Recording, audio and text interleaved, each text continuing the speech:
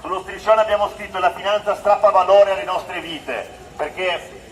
nonostante magari ogni tanto si abbia l'impressione che quando si parla di finanza si parla di cose che non ci riguardano, in realtà quello che fa la finanza, l'intervento che la finanza ha nelle nostre vite è un intervento di una violenza inaudita. Lo vediamo con le politiche assurde in termini ambientali, in termini climatici. La Banca San Paolo è una delle banche che continua a finanziare l'estrazione del fossile e le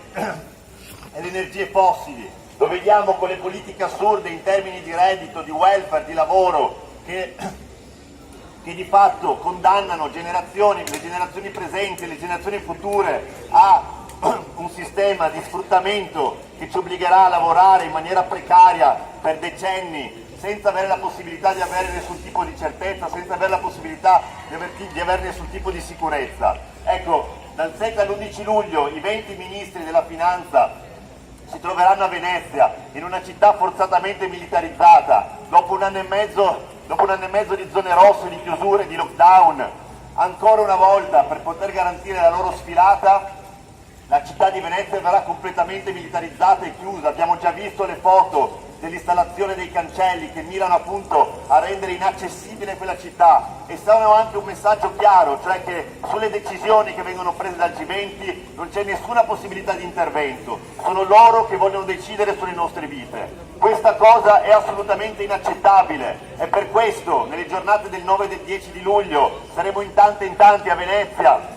a far capire chiaramente ai 20 ministri della finanza, ai 20 potenti che si troveranno, che non siamo disponibili ad accettare l'ennesima sfilata, non siamo disponibili ad accettare un sistema di governance che di fatto ci obbliga ad accettare passivamente, senza possibilità di critica, quello che viene deciso nei palazzi del potere. Il meeting della finanza appunto si svolgerà, come abbiamo detto, all'Arsenale. Noi abbiamo lanciato per la giornata del 10 di luglio un'iniziativa alle Zattere, un'iniziativa partecipata da tanti e tanti insieme con la piattaforma We Are the Time, We Are Only G20, che mira appunto a portare a Venezia una voce forte, una voce decisa, che mira a dimostrare che esiste un'alternativa, che esiste un modo diverso di immaginare il mondo, un mondo nel quale non ci sia lo strapotere di pochi sulle spalle di molti, un mondo che parli di comunità, un mondo che parli di ridistribuzione più equa della ricchezza, un mondo che appunto garantisca a tutte e tutti di poter vivere in maniera dignitosa, senza dover ogni giorno lottare per poter portare a casa un pezzo di pane o per poter immaginare dove andare a dormire la notte. Questo nel 2021 penso sia assolutamente inaccettabile. Abbiamo vissuto un anno e mezzo di pandemia, ci dicevamo all'inizio che da questa pandemia ne saremmo usciti migliori. Ecco, quello che vediamo attorno a noi non è di sicuro il mondo migliore che tanti si prospettavano. Quello che vediamo di fronte a noi è un mondo nel quale i sistemi di governance che hanno causato questo scempio, che hanno causato la pandemia e che hanno causato tutta la povertà che vediamo nel mondo adesso, mirano a riprodursi sempre identici a se stessi. Per questo dal 9 e il 10 di luglio noi saremo a Venezia, il 9 al Sale e il 10 alle Zattere,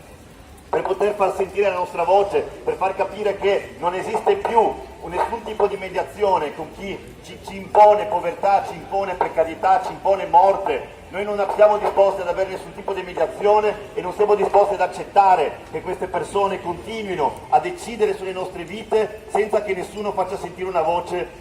contraria a questa cosa. Per questo vi invitiamo tutti, il 10 di luglio saremo a Venezia,